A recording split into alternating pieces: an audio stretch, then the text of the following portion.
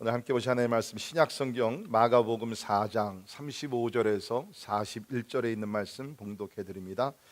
마가복음 4장 35절에서 41절에 있는 말씀 봉독합니다. 그날 저물 때에 제자들에게 이르시되 우리가 저편으로 건너가자 하시니 그들이 무리를 떠나 예수를 배에 계신 그대로 모시고 가매 다른 배들도 함께 하더니 큰 광풍이 일어나며 물결이 배에 부딪혀 들어와 배에 가득하게 되었더라. 예수께서는 보물에서 베개를 베고 주무시더니 제자들이 깨우며 이르되 선생님이여 우리가 죽게 된 것을 돌보지 아니하시나이까 하니 예수께서 깨어 바람을 꾸짖으시며 바다더러 이르시되 잠잠하라 고요하라 하시니 바람이 그치고 아주 잔잔하여 지더라. 이에 제자들에게 이르시되 어찌하여 이렇게 무서워하느냐 너희가 어찌 믿음이 없느냐 하시니 그들이 심히 두려워하여 서로 말하되 그가 누구이기에 바람과 바다도 순종하는가 하였더라. 아멘. 우리가 세상을 살다 보면 가끔 삶의 폭풍을 만나게 됩니다. 갑자기 사고를 당하기도 하고 갑자기 가정에 위기가 오기도 하고 갑자기 사업이나 직장에 어려움이 닥치기도 하고 예상치 않던 슬픈 소식도 우리가 듣게 됩니다. 지난 12월 우리 한국 충북 제천시 하수동에 있는 9층짜리 복합 스포츠센터 두손 스포리움에서 불이 나서 최소 29명이 숨지고 29명이 또 다쳤다는 소식 다 들었습니다. 또한 지난 1월 26일 오전 경남 밀양시 가곡동 세종병원에서 불이 나서 37명이 사망했고 160여 명이 사상자가 났다고 얘기합니다. 이제 우리 평창 우리 동계올림픽을 앞두고 이런 참사들이 일어나서 우리가 걱정하지 않을 수가 없습니다. 이런 사고는 멀리에서만 일어나는 것이 아니라 우리 가까이에서도 종종 일어납니다. 우리 교인들 가운데도 지난 한두 달 동안에 여러분들이 차 사고를 당했습니다. 다행히도 큰 사고는 당하지 아니하고 참 무사하게 지금 회복 중에 다 있습니다. 그러나 이런 일들은 우리 삶 속에 흔히 일어나는 것이라는 것입니다. 예수님은 이것을 미리 우리에게 말씀해 주셨습니다. 요한복음 16장 33절에 보면 세상에서는 너희가 환난을 당하나 세상에서는 너희가 환난을 당하나 In this world you will have trouble. 주님 말씀 You will have trouble. 세상에서는 환난을 폭풍을 만날 수밖에 없다는 것입니다. 그러나 주님 그 다음에 주시는 말씀 담대하라 내가 세상을 이기었노라. 믿으십니까? 담대하라. 세상에서는 환난을 당하나 담대하라. Be strong and courageous. 왜? 주님께서 세상을 이으시고 예수 안에 거하는 자들 우리에게 승리를 주실 줄을 믿습니다. 우리가 세상에서는 예수를 믿는 사람들, 예수님을 모시고 사는 사람들에게도 이러한 폭풍은 다가오게 돼 있다는 것입니다. 우리 오늘 본문 말씀 보면 예수님께서 제자들과 함께 배를 타시고 여행하시는 가운데 예수님이 이 배 안에 계셨습니다. 잠을 주무시고 계셨습니다. 그런데도 불구하고 큰 광풍이 일어났다는 것입니다. 이 갈릴리 바다는 주변에 산으로 쌓여있기 때문에 언제 어디서 이러한 바람이 불어와서 광풍이 일어날지 모르는 그러한 위험한 바다였다고 합니다. 큰 광풍이 예수님이 그 배 안에 계셨다는 것입니다. 우리가 하나님의 나라를 향해서 항해함에 갈 때에 예수님을 우리 삶 속에 모시고 우리가 가지만은 이러한 큰 광풍은 일어날 수 있다는 것입니다. 여러분들이 이런 일을 통해서 너무 좌절하지 말기를 바랍니다. 또 여러분과 여러분의 이웃들을 정죄하지 말기를 바랍니다. 예수님을 모시고 신앙생활 잘하는 개인과 가정에도 교회에도 이런 큰 풍랑은 일어날 수가 있다는 것입니다. 그러나 주님 말씀하신 대로 예수 안에 거하게 되면 하나님께서 이길 수 있는 능력과 지혜를 우리에게 주실 줄을 믿습니다. 중요한 것은 이러한 폭풍은 우리에게 오게 돼 있다는 것입니다. It's not matter of if, but when. 언제 이런 폭풍이 우리에게 올 것이냐. 그렇죠? 그렇기 때문에 우리는 뭡니까? 준비하는 삶을 살아야 된다는 것입니다. 여러분이 아신 대로 1912년 타이타닉 사고가 일어났을 때 이 사고를 연구한 사람들은 모두가 다 두 가지를 얘기합니다. 첫째는 뭐냐? 이 타이타닉호가 절대로 이런 사고를 예측하지 못했다는 것입니다.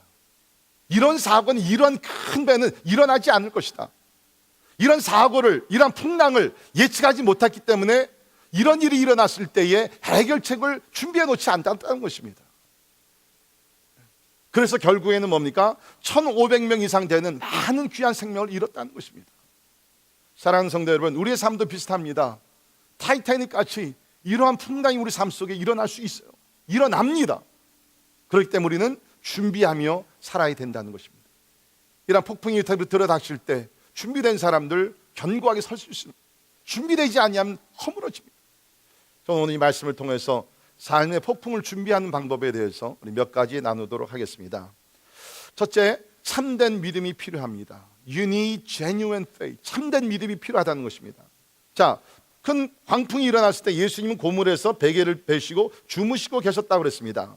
제자들이 당황하면서 예수님을 깨우면서 이렇게 얘기했습니다. 38절에 선생님이여 우리가 죽게 된 것을 돌보지 아니하시나이까. 우리가 죽게 되었습니다.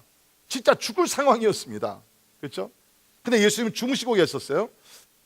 그러자 제자들이 예수님을 깨우자 예수님께서 일어나시면서 바다를 바라보시면서 명령하십니다. 잠잠하라 고요하라. Quiet, be still. 지금 제자들은 죽겠다고 아우성이도 예수님이 일어나셔가지고서 딱 두 마디 하셨어요. 딱 두 마디. 잠잠하라 고요하라.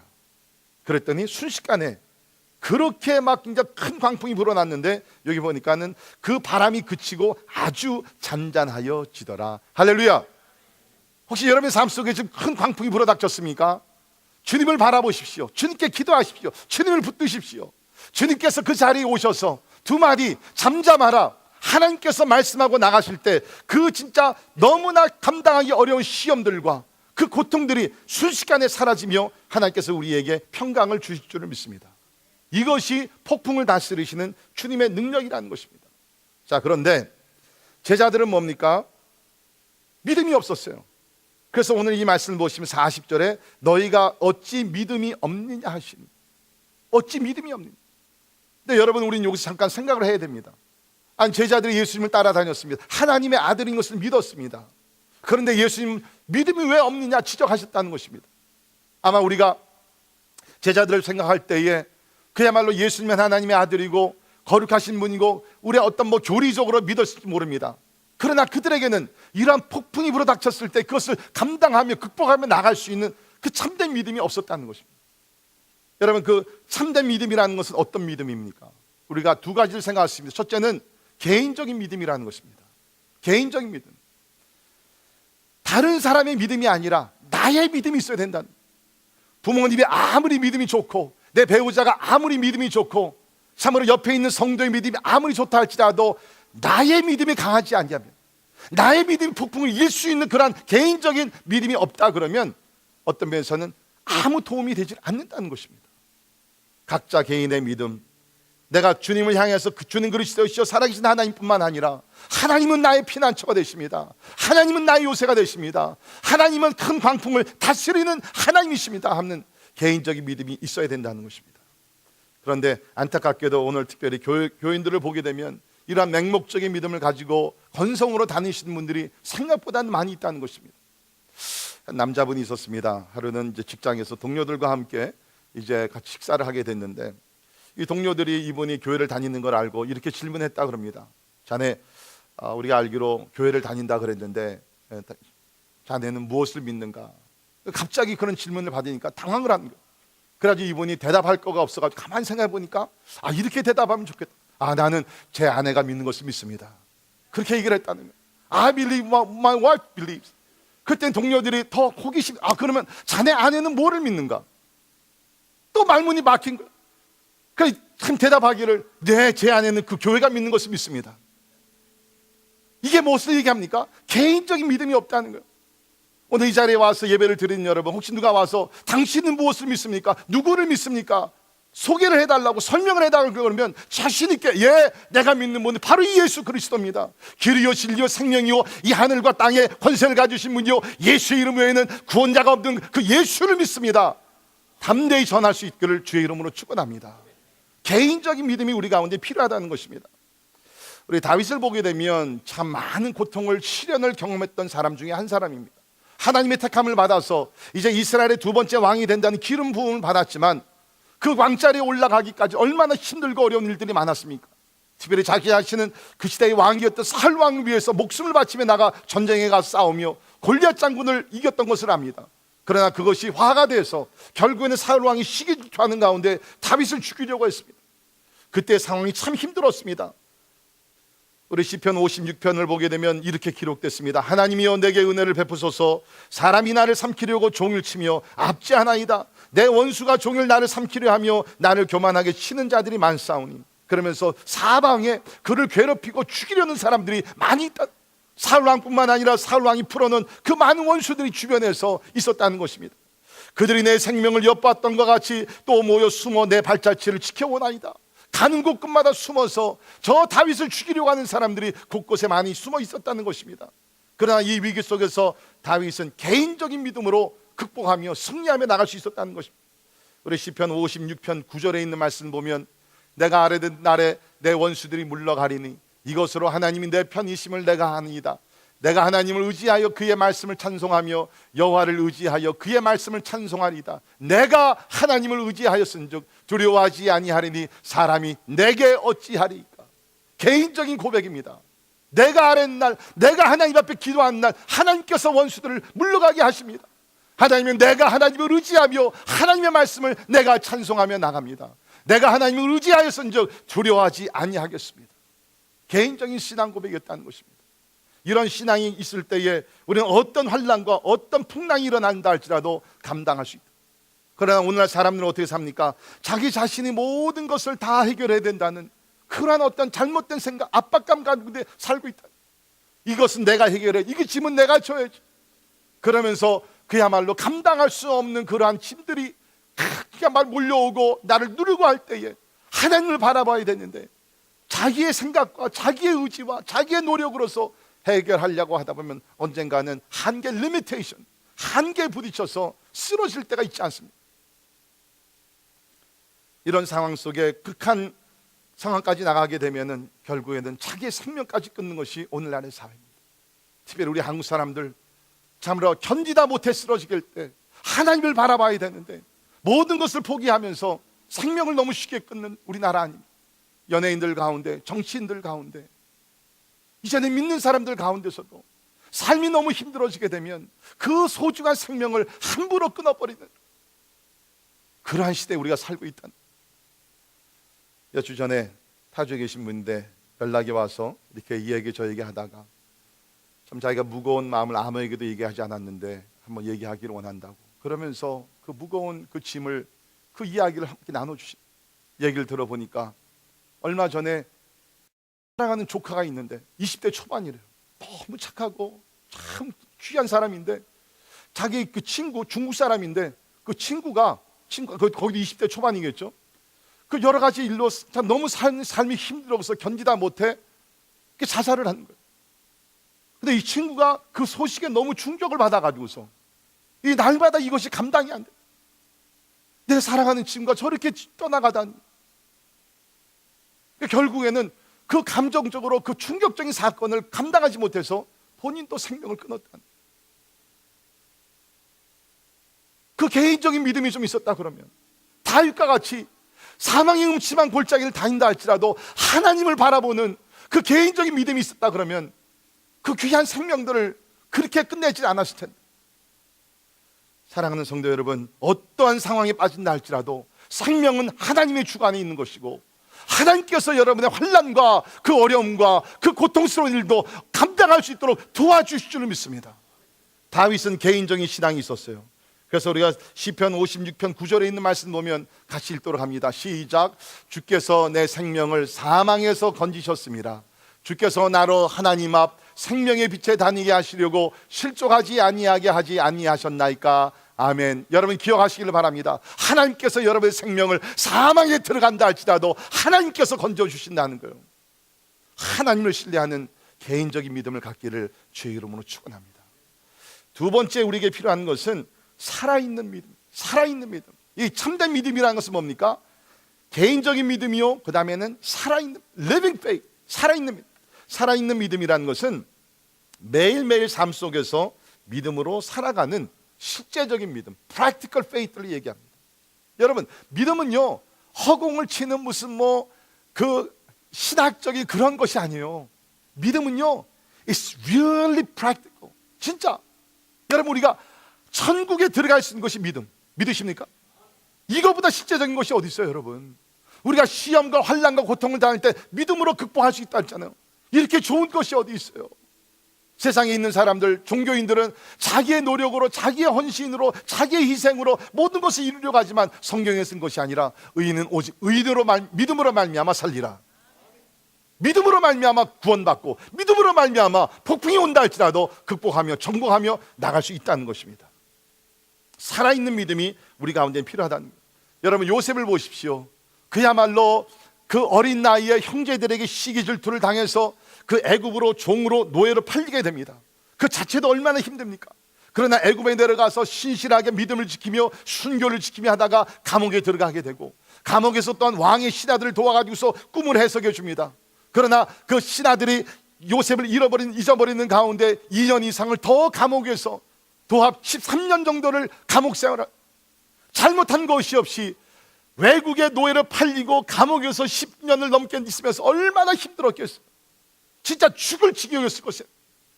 여러분, 사람이 감당하기 어려운 것이 뭡니까? 누명을 쓰는 거예요. 그렇지 않습니까? 누명을 씌우게 되면 막 밤에 잠도 안 오고 막 속병이 나는 것이 그 누명 받는 겁니다. 근데 요셉은 그런 날을 하루 이틀이 아니라 10년을 넘게 그런 세월을 얼마나 막 화가 났겠습니까? 그러나 그에게는 살아있는 믿음이 있었다는 거예요. 매일 삶 속에서 여호와께서 함께 하심에, 하나님이 함께 하심으로 그 옥생활도 능히 잘 감당하며 10년을 넘게 인내하며 살았던 것을 우리는 잘 알고, 하나님의 때가 이름에 하나님께서 애굽의 총독을 세워주시고 그야말로 구원자로 세우셔서 애굽뿐만 아니라 주변에 있는 나라들을 살리는 그러한 놀라운 인물이 되었습니다. 그때의 형들이 와서 요셉 앞에 무릎을 꿇게 됩니다. 원수를 갚을 수 있는 날이 왔습니다. 그러나 요셉은 그렇게 하지 아니하고 형들에게 이런 얘기를 합니다. 창세기 50장에 보게 되면 당신들은 나를 해하려 하였으나 하나님은 그것을 선으로 바꾸사 오늘과 같이 많은 백성의 생명을 구원하게 하시려 하셨나니 당신들은 두려워하지 마소서. 할렐루야. 아무리 주변에 있는 사람들이 여러분 해하려 한다 할지라도 여러분 하나님 편에 서십시오. 하나님의 진리를 붙드십시오. 하나님의 섭리를 신뢰하십시오. 하나님은 악을 변해서 선으로 이끌어 주실 줄을 믿습니다. 이게 살아있는 믿음이라는 거예요. This is the living faith. 하나님이 죽으셨으면 우리는 절망이에요. 포기할 수밖에 없지만 하나님이 살아계시기 때문에 선과 악을 보시며 심판하시고 상급을 주시는 하나님이 계시기 때문에 우리는 어떠한 풍랑이 일어난다 할지라도 소망 가운데 거하게 될 줄을 믿습니다. 우리 필그림 선교교회 잠깐 업데이트를 해드립니다. 막 좋은 일들이 매주 일어나는 거예요. 예, 여러분, 제가 뭐 형님 교회이기 때문에 그런 거 절대로 아닙니다. 예, 여러분이 아신 대로 이제 필그림 교회가 작년 12월 말에 진리를 위해서 동성연애를 반대하면서 1200만 불의 그 엄청난 건물과 재산을 다 놓고 빈털터리로 나오지 않았습니까? 그래서 지금 이제 미국 교회를 빌려서 예배를 드리고 있는데, 그 얼마나 악한 일이에요. 그 성도들이 참 우리 이민자들 눈물을 흘리면서 수년을 기도하며 애쓰며 노력해가지고서 건축을 해가지고서 최근에는 그야말로 다음 세대를 위해 가지고서 400만 불 들여서 그 건물 건축한 지 얼마 안 돼요. 근데 이 세들도 다 쫓겨났어요. 얼마나 약한 일이에요. 그런데 하나님은 살아계셔요. 쫓겨나오면서 미국에 있는 많은 교회들 뿐만 아니라 한국에 있는 교회들이 막 열심을 더 내고 막 격려를 하는 것이에요. 필그림 선교교회 우리와 함께합니다. 우리가 고난을 함께합니다. 우리가 기도하고 있습니다. 진리를 위해 일어나십시오. 그러면서 막 주변에 있는 격려의 막 메시지들을 보내고 헌금들을 보내고, 지난주에 말씀드린 워싱턴 중앙장로교에서 3만 불을 헌금에 보냈어요. 아무 교단도 다르고 관계가 없는 교회인데 그냥 진리를 붙드니까 너무 막 신나가지고서 그 교회가 3만 불을 헌금을 했. 그랬더니 한국에 있는 어느 교회가 그 소식을 또 듣고 너무너무 좋아 도전을 받아 우리는 10만 불을 보냈죠. 그래가지고 10만 불 헌금을 보내왔어요. 이야, 그 교회 더 부자가 됐어요. 우리 좀 쫓겨나면 더 좋겠는데 우리는 뭐 교단이 없으니까. 할렐루야. 여러분, 하나님은 살아계세요. 이게 살아있는 믿음으로 지키는 거예요. 더 중요한 것은 헌금하는 게 중요한 것이 아니라 교회들이 우리도 필그림 선교교회를 본받아서 믿음을 지키자, 타협하지 말자, 그러면서 영적 부흥이 지금 막 일어나고 있는 것이에요. 여러분, 삶의 시험과 환난과 폭풍이 일어난다 할지라도 주님만 바라보십시오. 다윗과 같이 하나님만 의지하십시오. 하나님께서 살아있는 믿음으로 사는 자들 생명을 지켜주시고 성공 승리의 길로 인도해 줄 줄을 믿습니다. 그래서 우리는 폭풍이 일어나기 전에 이러한 참된 믿음을 소유해야 하고, 두 번째는 의지할 수 있는 믿음의 친구가 필요합니다. 의지할 수 있는 믿음의 친구가 필요합니다. 여러분, 폭풍이 일어날 때 스스로 혼자 감당하기 어렵습니다. 물론 작은 일들은 우리가 스스로 기도하며 극복해야 될 것들도 있습니다. 그러나 진짜 막 너무 힘들었을 때는 우리 친구가 필요하다는 거예요. 동역자가 필요하다는 거예요. 특별히 하나님을 신뢰하고 참 나보다 더 믿음이 좋은, 그렇죠? 참 그러한 신실한 믿음의 동력자들이 있으면 우리는 그 어려움을 쉽게 우리가 극복하며 나갈 수 있게 된다는 것입니다. 여러분, 어떤 사람들이 이렇게 얘기합니다. 아니, 우리가 하나님만 의지해야지, 사람들이 뭐 필요하냐. 여러분, 그건 잘못된 신앙관입니다. 물론 우리가 궁극적으로 하나님만 의지합니다. 그러나 하나님의 도움은 많은 경우에 우리 사랑하는 이웃들, 친구들을 통해서 우리 가운데 임한다는 것입니다. 사도 바울을 보십시오. 영적인 사람이었습니다. 믿음의 거인이었습니다. 그러나 그도 이제 나이가 많이 먹게 되면서 이제 힘들어지고 외로워지게 되고 참 고통을 많이 당하게 됐어요. 그때 우리 디모데 후서를 보게 되면 뭐라고 얘기합니까? 이제 노인이 된 바울이 젊은 디모데가 이렇게 얘기합니다. 너는 어서 속히 내게로 오라. 대만은 이 세상을 사랑하여 나를 버리고 데살로니가로 갔고, 그레스게는 갈라디아로, 디도는 달마디아로 갔고, 누가만 나와 함께 있느니라. 내가 올 때에 마가를 데리고 오라. 그가 나의 일에 유익하니라. 이제 바울이 하나님의 은혜 가운데서 사역을 다 마치고 세상을 떠나 주님의 품에 안길 때 노인이 되니까 사람들이 한 명씩 떠나. 저는 이 말씀을 읽을 때 굉장히 실감나게 읽는데요, 제가 이제 나이가 먹어서 은퇴하고 이제 참 노인이 됐을 때 과연 우리 올레 성도들 가운데 몇 사람이나 나를 찾아올까? 그런 생각을 해봐요. 만약에 내가 이제 나중에 이제 홀로 남게 되어서, 그렇죠? 양로원에 들어가 있으면 우리 올레 성도들 가운데 몇 사람이나 나를 찾아올까? 어떻게 한번 손 들어올까요? 나이가 먹게 되면 외로워집니다. 힘들어집니다. 물론 우리 성경을 보게 되면 하나님이 함께 하셨다고 바울이 고백해요.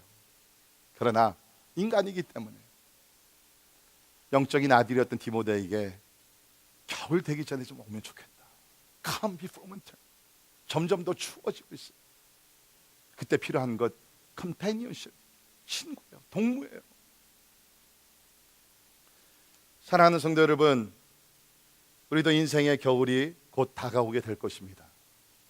사람들이 떠나는 날도 있을 것이고, 육신이 연약해서 불어 누워야 되는 날들도 올 것입니다. 그때에 물론 여호와 하나님, 예수님께서 끝날까지 우리와 함께 하신다 약속하셨지만, 우리에게는 인간 또 믿음의 동료들, 친구들이 우리 가운데 또한 필요하다는 것입니다. 그래서 우리 성경도 보게 되면 절대로 혼자 서 있는 사람은 없었습니다. 주변에 동력자들이 있었죠. 모세 옆에는 누가 있었습니까? 아론과 훌이 있었습니다. 하나님의 사람들이 함께 모세와 함께 이스라엘 백성들을 이끌어갔. 다윗 옆에는 누가 있었어요? 요나단이라는 진실한 친구가 있었습니다. 엘리야 옆에는 누가 있었습니까? 엘리사라는 후임자가 또 옆에 동역을 했던 것을 우리는 잘 알고 있습니다. 바울에게도 보십시오. 옆에 디모데가 있었습니다. 누가가 있었습니다. 뿐만 아니라 에바브로디도라는 그 신실한 자기 목숨까지 드렸던 그런 사람이 있었고, 아굴라 브리스길라와 같은 그 신실한 부부가 함께 동역을 하면서 바울을 옆에서 도와줬던 것을 우리는 잘 알고 있습니다. 뿐만 아니죠, 예수님도 하나님의 아들로 이 땅에 오셨지만 예수님도 인간으로 오셨기 때문에 컴패니언십, 동료하는 그런 사람들이 필요했기 때문에 12제자를 세운 목적 중에 하나가 함께 있게 하기 위하여, 이걸 우리가 동거의 원리라고 합니다. Principle of Association. 예수님과 함께 하기 위해서 12제자를 주님께 세웠다고. 그래서 우리가 성경을 보면 예수님께서 힘들고 어려울 때마다 12제자들, 특별히 그 가운데 3명의 수제자 베드로와 야고보와 요한을 항상 데리고 다니시면서 함께 하셨던 것을 성경을 통해서 우리가 배우게 됩니다. 특별히 예수님께 십자가의 죽음을 눈앞에 두고 우리 마태복음 26장에 보게 되면 이런 말씀이 기록되어 있습니다. 베드로와 세베대의 두 아들 야고보와 요한이죠, 데리고 가실새 고민하고 슬퍼하사, 예수님도 고민하고 슬퍼하신 적이 있었다는 것입니다. 혹시 여러분들이 최근에 너무나 힘든 일을 당해서 고민하고 슬퍼하십니까? That's okay, 괜찮아요. 부끄러워하지 마십시오. 예수님도 십자가의 죽음을 눈앞에 두고 고민하고 슬퍼했다는 겁니다. 그렇기 때문에 예수님께서는 제자들을 각 데리고 가셨다는 거예요. 내 마음이 매우 고민하고 죽게 되었으니 너희는 여기 머물러 나와 함께 있으라 하셨다고 성경에 나와 있습니다. 예수님도 이러한 제자들이 필요로 했다는 것입니다. 하물며 우리 같은 사람들은 얼마나 더 많은 믿음의 동력자들이 필요한, 삶의 참된 가치를 가르치는 우리 전도서 Book of Ecclesiastes, 전도서를 보게 되면 참 우리가 배울 많이 나오는데 그 중에 하나가 친구의 중요성입니다. 성경이 이렇게 기록합니다. 우리 전도서 4장 9절을 보면 두 사람이 한 사람보다 나음은 그들이 수고함으로 좋은 상을 얻을 것입니다. 혹시 그들이 넘어지면 하나가 그 동물을 붙들어 일으키려니와 홀로 있어 넘어지고 붙들어 일으킬 자가 없는 자에게는 화가 있으리라. 두 사람이 한 사람보다 나아. 물론 두 사람이 함께 동행할 때 불편한 점도 가끔 있어요. 그러나 한 사람보다 두 사람이 낫다고 성경이 이야기를 하고 있어요. 일을 할 때도 같이 하면, 혼자 있다 넘어지면 일으켜줄 사람이 없어요. 우리 독거노인들 요새들 보십시오. 혼자 사시다가 혼자 사라지신 분들이 주변에 많이 있다. 얼마나 마음이 안, 같이 있어, 같이. 지난달에 굉장히 눈이 많이 오고 추웠을 때 우리 교회 건물 히터가 망가졌죠. 그래가지고 제가 그때 사진 보여드렸지만 제가 우리 브라이언 존 여사님 같이 지붕에 올라가서 고치셨는데, 여러분 그때 만약에 브라이언 존 여사님 같이 없었으면 저 안 올라갑니다. 올라가서 우리 집사람이 올라가지 말라 그랬거든요. 아내 말을 안 들으면 큰일 납니다. 네. 그러나 브라이언 전도사님이 있었으니까 같이 올라가니까는 용기를 내어서 올라가는 거예요. 브라이언 전도사님도 내가 전사님 혼자 올라가십시오. 그러면요 아무리 담임 목사가 명령하더라도 안 올라갑니다. 그러나 같이 올라가니까 혹시 올라가서 눈을 치우다가 한 사람이 넘어지더라도 붙들어 주시는 사람이 옆에 있으니까 그 일을 감당합니다. 마찬가지입니다. 우리가 세상을 살아가면서 혼자보다는 두 사람이 함께 일을 하며 함께 동력하는 것이 우리에게 지혜로운 삶이라는 것입니다. 뿐만 아니라 그 다음 절을 보게 되면 이런 또 유익된 것을 얘기하는데, 두 사람이 함께 누우면 따뜻하거니와. 우리 요사이 이렇게 그 추운 날에, 그렇죠? 우리가 이불을 덮고 있으면, 혼자 있으면 좀 그래요. 근데 두 사람이 같이 이렇게 있으면 더 따뜻해요. 한 사람이면 어찌 따뜻하랴. 그게 사실이에요. 어저께 밤에도 자는데 여기 뭐 우리 미성년자들 없죠. 이렇게 우리 집사람이 이렇게 보니까는 이렇게 좀 추워하더라고. 이불을 꼭 계속 막 추워해가지고서 제가 이렇게 또 이렇게 또 남편이 이렇게 또 이렇게 안아주니까 우리 집사람이 잠을 잘 자더라고. 나는 잘 자는 아내 지켜보느라고 잠을 잘 설쳤습니다. 자, 두 사람이 있으면 따뜻해지나요? 한 사람이 패가 없거냐? 두 사람이면 맞설 수 있나니 세 겹줄은 쉽게 끊어지지 아니하느니라. 여러분, 제가 실제적인 말씀 드릴게요. 친구를 사귀십시오. 한 사람으로는 좀 부족합니다.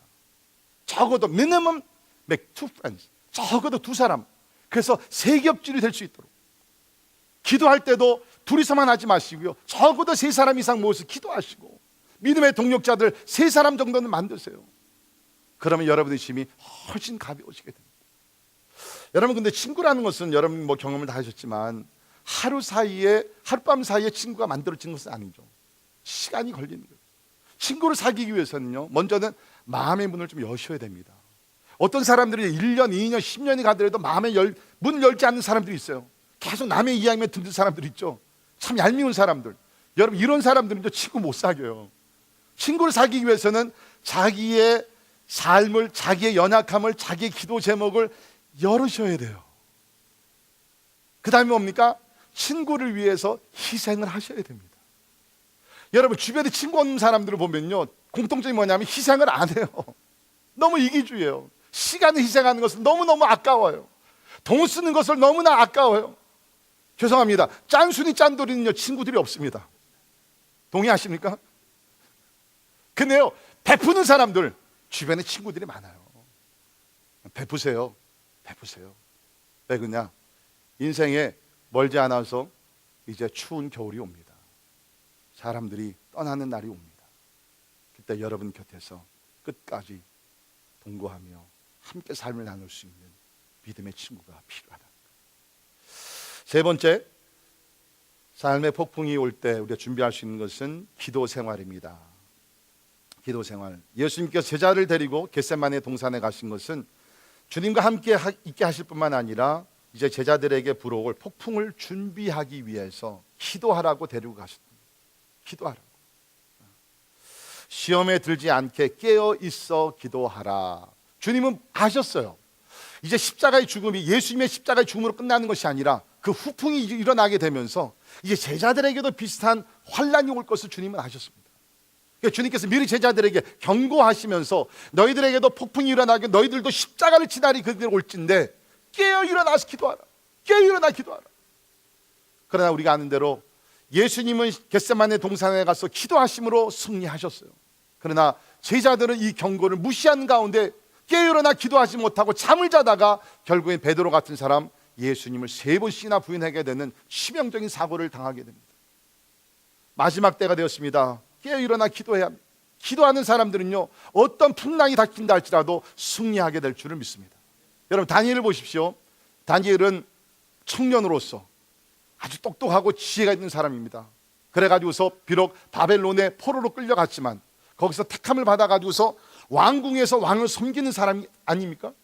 그러나 그 왕은 하나님을 믿지 아니하는 이방 왕이었기 때문에 막 금신상을 만들어 놓고 절하게 만들고 여러 가지를 많이. 그러나 다니엘은 믿음을 지켰어요. 신앙의 정절을 지키게 됩니다. 특별히 우리 6장에 가서 보게 되면 주변에 있는 사람들이 이제 다니엘이 총독이 되고 그런 것들을 막 시기질투하면서 저 다니엘을 좀 이렇게 넘겨뜨려야 되겠는데 방법이 없었어요. 흠을 잡으려고 했지만 그 다니엘은 정직하고 깨끗한, 영어는 trustworthy man of integrity, 정직한 사람이었어요. 주머니 털어서 먼지 안 나오는 사람 어디 있는가 그랬지만 다니엘은 진짜 주머니 털어서 조금만 먼지도 나오지 않는 정직한 사람이었어요. 그래서 사람들이 생각을 합니다. 어떻게 하면 좀 다니엘을 좀 넘겨뜨릴 수 있을까 생각하다 다니엘은 보니까는 기도하는 사람이더라.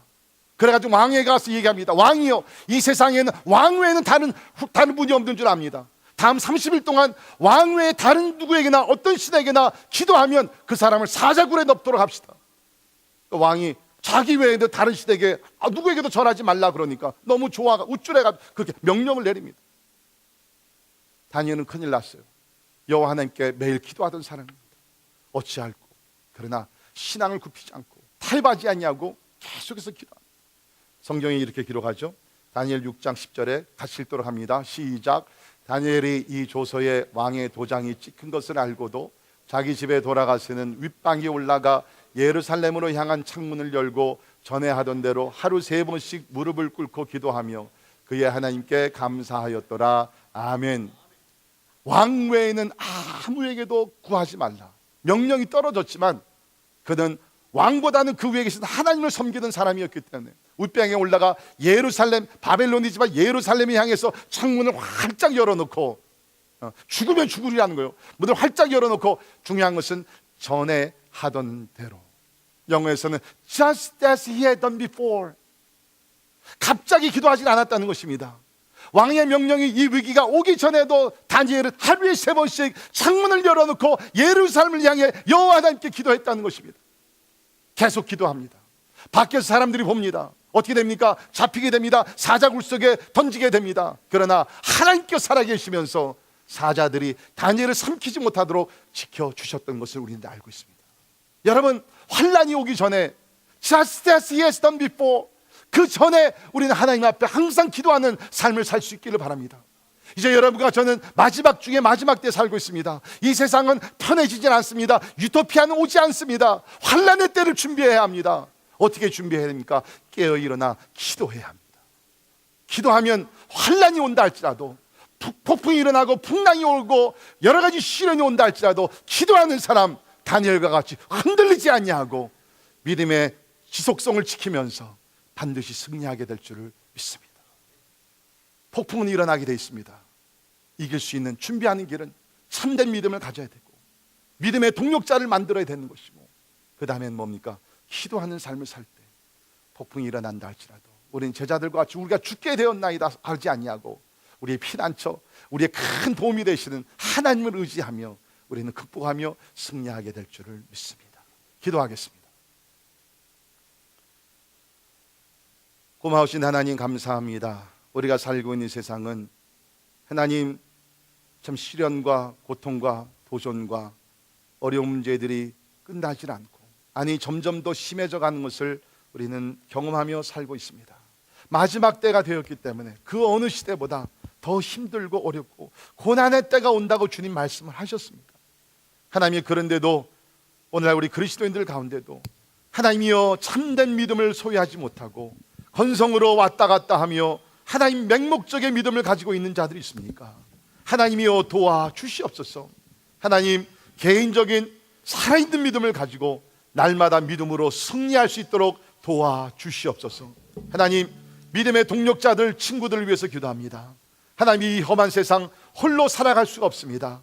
하나님이 함께 짐을 질 수 있는, 함께 기도할 수 있는, 함께 동역할 수 있는 하나님의 믿음의 친구들 많이 만들어서 이 환난의 때에 홀로 외로이 걷는 것이 아니라 믿음의 동력자들과 함께 더불어 신앙의 경주를 달려갈 수 있도록 도와주시옵소서. 하나님 무엇보다도 예수님 같이 기도하기를 원합니다. 다니엘과 같이 항상 기도의 삶에 헌신하는 자들이 되기를 원합니다.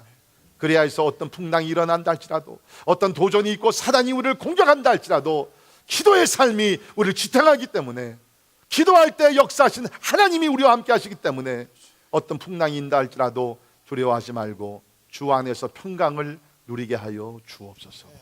예수님 이름으로 간절히 기도하옵나이다. 아멘. 아멘. 자, 일어나셔서 같이 찬양하십니다.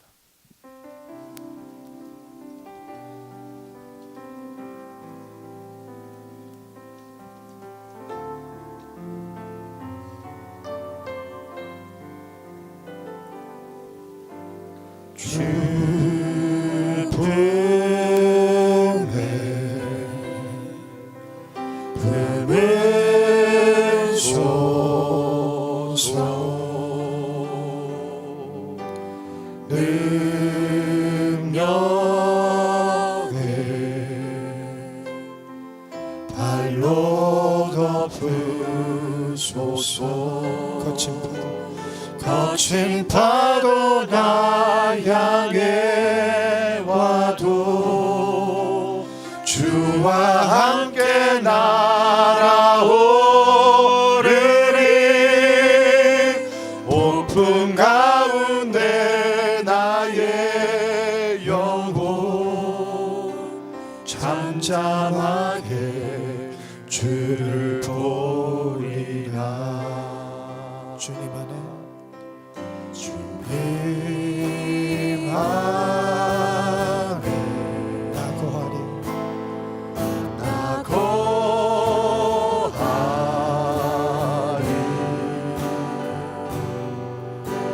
주는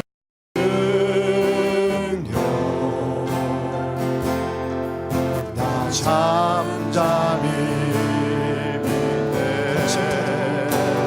거친 파도 날 향해 와도 주와 함께 날아오르리. 풍풍 가운데 나의 영혼 잠잠하게 주를 보리라. 거친 파도 날 향해 와도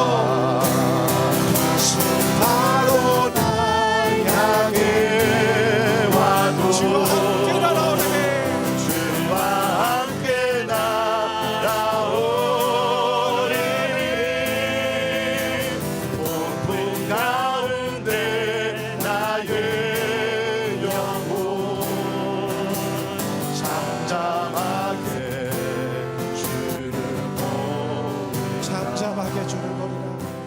잠잠하게 주를 보리라. 우리 다시 한번 우리 찬양할 게 있는데요, 시편 46편에 보면 이렇게 기록이 되어 있습니다.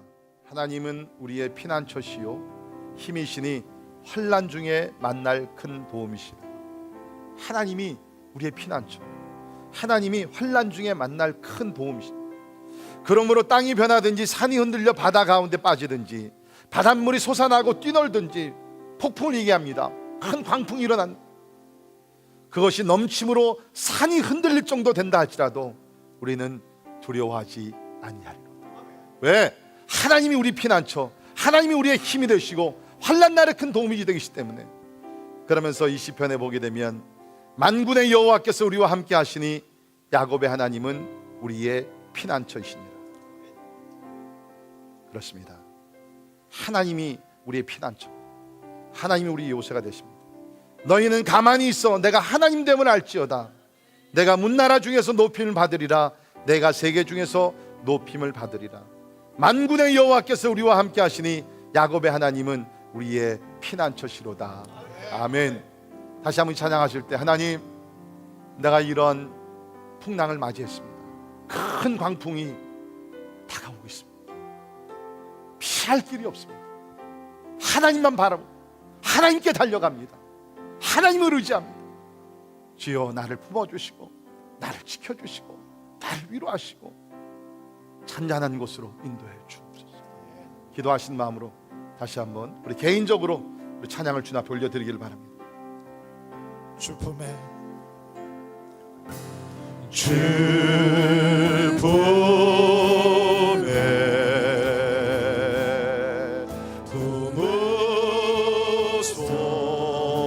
품으소서. 능력의 팔로 덮으소서. 능력의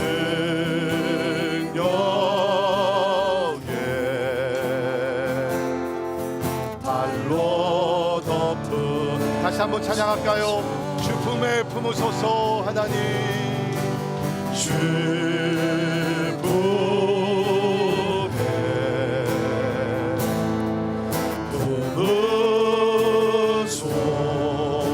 품으소서.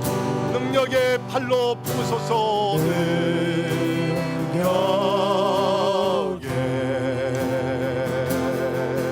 팔로 덮은. 거친 파도가 향해 와도, 거친 파도 날 향해 와도 주와 함께 날아오르리. 함께 날아오르리. 폭풍 가운데 나의 영혼 잠잠하게 주님 보.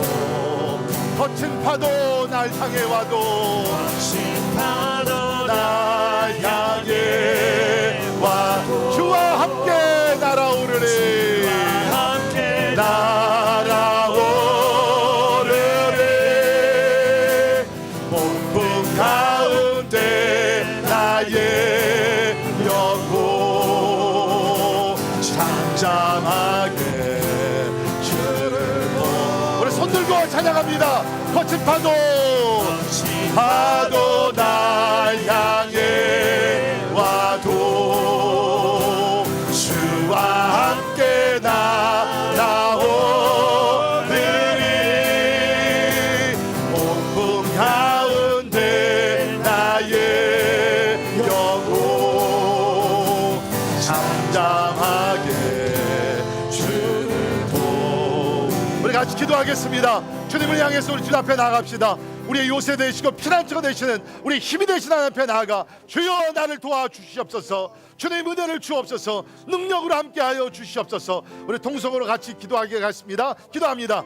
고마우신 하나님 아버지, 감사합니다. 아버지 하나님, 하나님이 오늘 예배를 통하여 하나님이 우리를 위로하시고 우리에게 힘을 허락하시며 이다하여 감사를 드립니다. 하나님 아버지 하나님이 나의 요새가 됩니다. 아버지 하나님이 하나님이 나의 힘이 되십니다. 주님, 풍랑을 만난 자들 하나님 예수 안에 평강을 누리게 하시도록 우리 하나님이여 도와주시기를 간절히 기도하고 합니다. 오 하나님이여 아버지 하나님의 성령으로 이해하시고 주여 믿음의 믿음을 더하여 주시옵소서. 주님 아버지 하나님, 하나님 개인적인 믿음을 갖게 하시고 살아있는 믿음을 가지고 아버지 승리함이 나가시도록 주님 도와주시기를 간절히 기도합니다. 믿음의 친구들 허락하십니다. 아버지 하나님 앞에 하시기를 간절히 기도합니다. 할렐루야. 아버지 도와주시옵소서. 주님 아버지 하나님 도와주시옵소서. 아버지 하나님 얘기하시기를 간절히 기도합니다. 하나님 아버지 하나님 주님을 향해 달려가는 자 주여 아버지 하나님, 아버지 하나님 하나님 도와주시옵소서. 주님 아버지 하나님 하나님 역사하시고 아버지 하나님 아버지 도와주시기를 간절히 하나님이여 아버지 하나님 하나님 아버지 하나님 하나님 오 할렐루야. 아버지 하나님 주시기를 간절히 기도합니다. 살아계신 하나님, 능력의 주님, 주여 임하여 주시옵소서. 하나님을 바라보며 나아가시도록 인도해 주시기를 간절히 기도합니다. 할렐루야. 주님을 찬양합니다. 거친 파도 나 향해 와도 주와 함께 날아오르리. 온분 가운데 나의 영혼 찬양하니 주를 보리라. 우리 목소리만 거친 파도 날 향해 와도 주와 함께 날아오르리. 주와 함께 날아오르리. 폭풍 가운데 나의 영혼 할렐루야.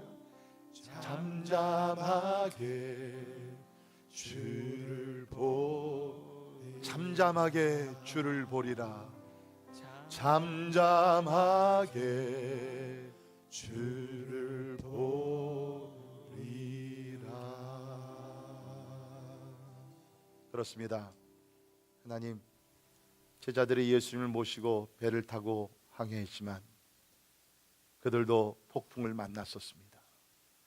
우리도 주님을 모시고 저 천국을 향해 항해하며 가지만 우리의 삶 속에도 크고 작은 풍랑들이 일어나는 것을 압니다. 주님, 이런 풍랑이 일어날 때 당황하지 말게 하시고 두려워하지 말게 도와주시고, 하나님, 우리의 영원한 피난처, 우리 영원한 힘이 되시고 큰 환난 날에 도움이 되시는 하나님을 바라보게 하여 주옵소서. 간절히 기도합니다. 이곳에 모인 주의 자녀들, 참된 믿음 갖게 하여 주옵소서. 다른 사람의 믿음이 아니라 나 개인의 믿음, 하나님이여, 신학적으로 고민하는 그러한 믿음이 아니라 실제적인 살아있는 믿음을 가지고 이번 한 주간도 크고 작은 풍랑을 헤치며 나갈 수 있도록 도와주시옵소서. 믿음의 친구들을 허락하여 주옵소서.